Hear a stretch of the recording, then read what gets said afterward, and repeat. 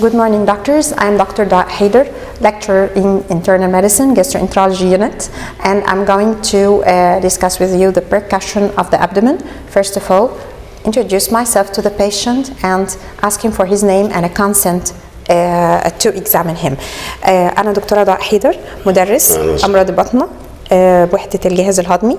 حضرتك اسمك؟ سامي عبد القادر. أستاذ سامي، أنا ممكن أكشف عليك؟ اتفضلي سعادتك. تمام.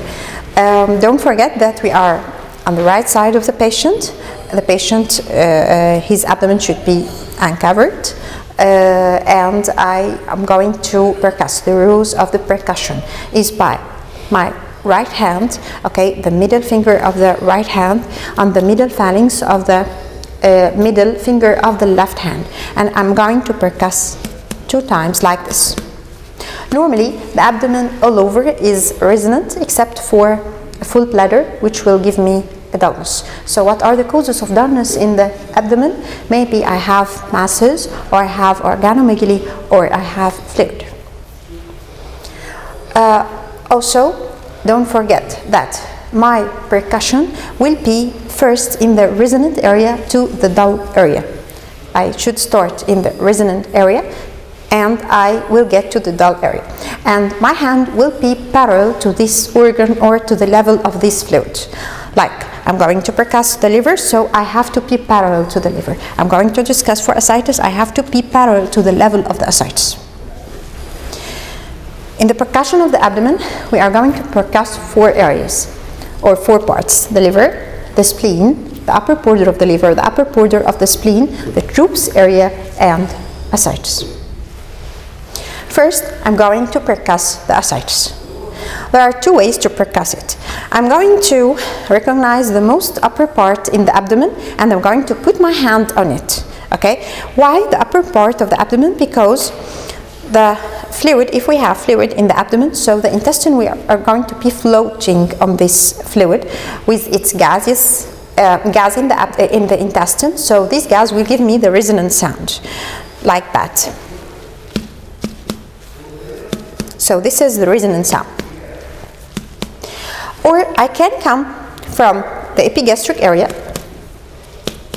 to be resonant, and then if I got any dullness, I'm going to change my position of my hand and I'm going to be parallel to the level of the ascites. Okay? So, if we're going to test for ascites or examine the ascites, we're going to put my hand like that in the uppermost part of the abdomen. I'm going to percuss. Okay? Then this is resonant,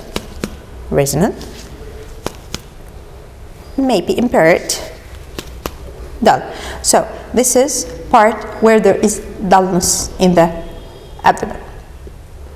Okay, what I'm going to do, I'm going to get the patient to the other side. حضرتك ممكن تيجي على الناحية الثانية كده.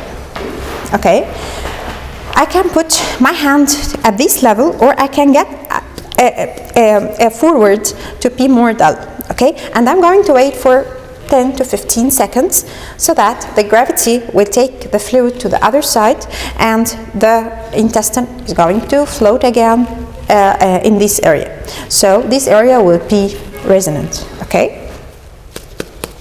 Okay? You got it? Okay.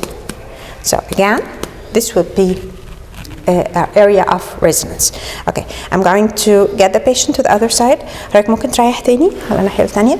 Of course, again, the fluid will be shifted, and I'm going to wait for 10 to 15 seconds, and then I'm going to percuss the abdomen again, so that the fluid will return back to be normal, to its normal level, and it will be dull again.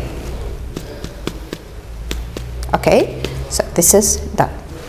This test is called shifting dullness, and this test is for testing a moderate amount of ascites, from 1.5 liters to 5 liters.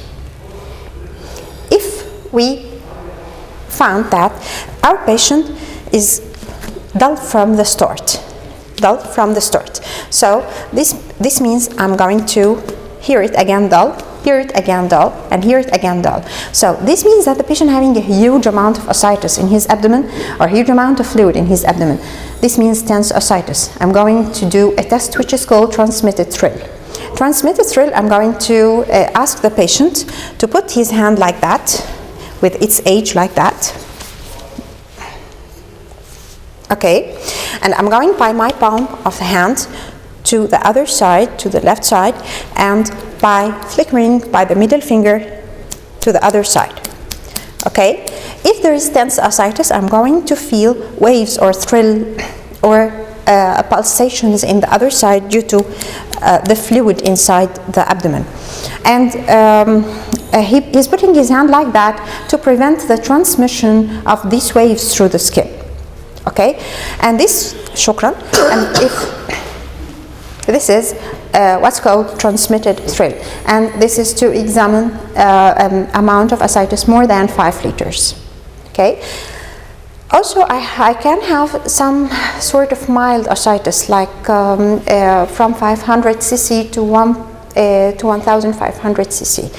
And what I'm going to do, I'm going to do my percussion, okay, and this is resonant till the end. Okay, so I'm going to put it till the end. It's resonant. I'm going to examine it from my side.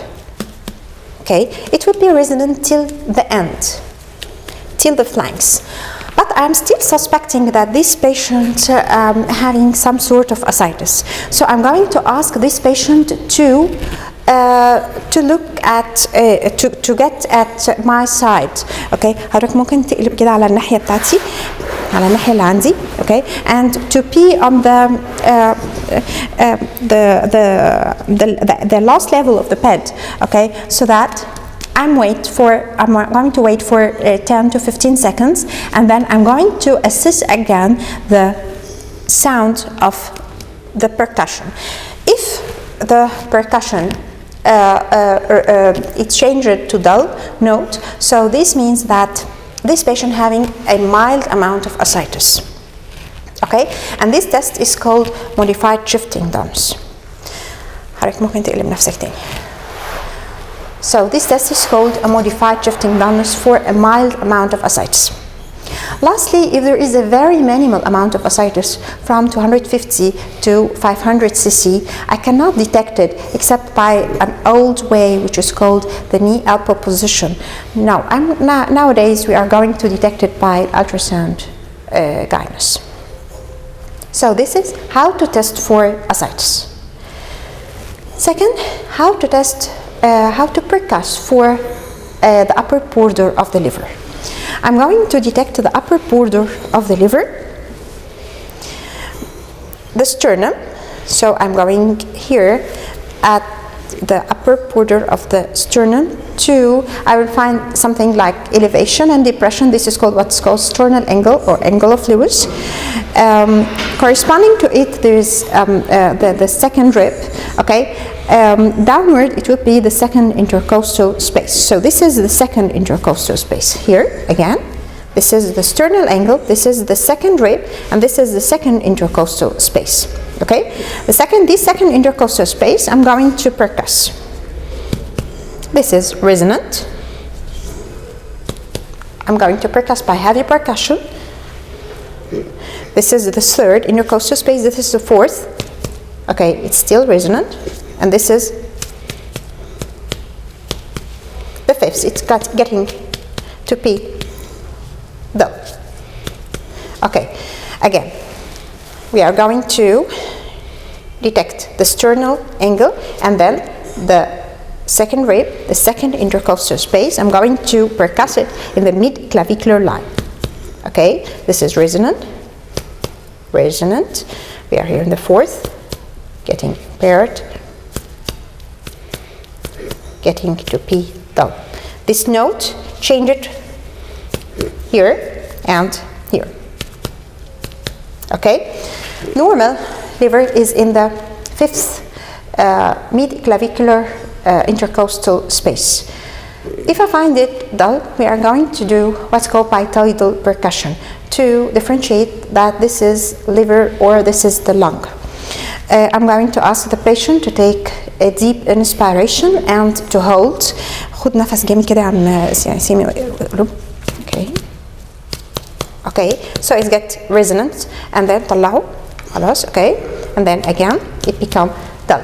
So this means that this is the liver which is pushed downward by inspiration. If the note didn't change with me, so this means that this is a lesion in the lung.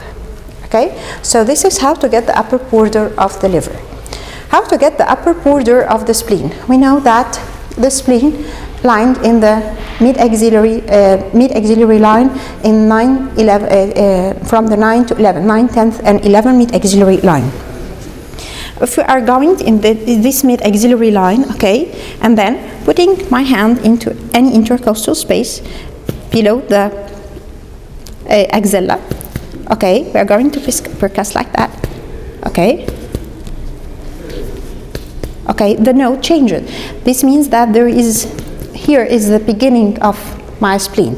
I'm going to count, I will put my hand like that. I'm going to count again from the sternal angle, okay, the second intercostal space, the third intercostal space, the fourth intercostal space, the fifth intercostal space, the sixth intercostal space, and this is the seventh intercostal space. So there is a splenomegaly with me in this patient, because normally it starts at the ninth intercostal mid-axillary line.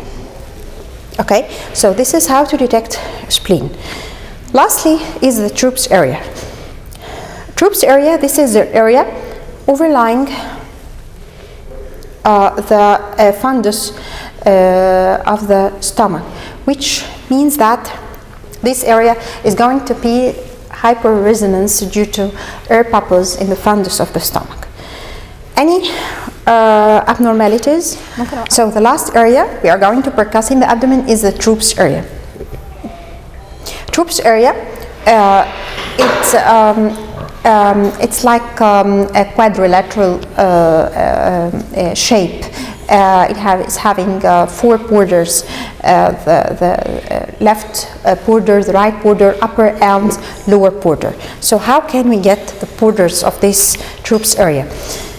In the mid-axillary line, okay, from a 9th rib till the 11th rib, so this is the left border. Okay, we are going to get this 9th rib and 11th rib on the patient, and this is in the mid-axillary line, so this is the left border.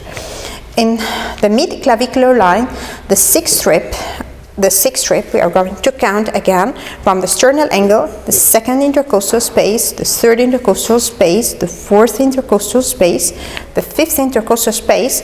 After the 5th, this is the 6th rib. Okay, the 6th rib, this point is going to be joined with the 9th rib, the point here, and this would be the upper border. Okay, the right border, it would be a point here in the sternum, this is the 6th, so we are going to count, this is the 7th rib, and this is the 8th rib, and here, this is the 8th costochondral junction, just medial to the sternum, in the parasternal line. So this is the upper border. So this is the right border, and a line joining from the 8th costochondral junction to the 11th rib. So this will be the lower border. So here we get the 6th rib, the 8th costochondral junction, the 9th rib, and the 11th rib in the mid-axillary line. So this will be our Troup's area. The significance of this Troup's area, that this area is hyperresonance, like drums, due to the air bubbles in the stomach, okay, in the fundus of the stomach. So to examine it, we have to be in the center and percuss like that. And we are going to examine all the borders. We are going to get upward, like here, okay, till we get to the upper border, and we are going to put my hand like that, okay, till we get to the right border, and again from the center, we are going to percuss till we get to the lower border, and again we are going to percuss here, okay, till we get to the left border. As we see here, there is dullness in this area due to splenomegaly. Okay, so dullness in the left border, this due to splenomegaly. Dullness in the right border, it may be due to hepatomegaly. Dullness in the upper border coming something coming from upward, like pleural effusion or lung mass or something like that from upwards, okay, and dullness coming from downwards, it will be due to organomegaly or maybe due to ascites, it may be cancer in the stomach or cancer in the colon. Okay, so this is the significance for percussion of Troup's area. This is the last part to percuss in the abdomen, and thank you.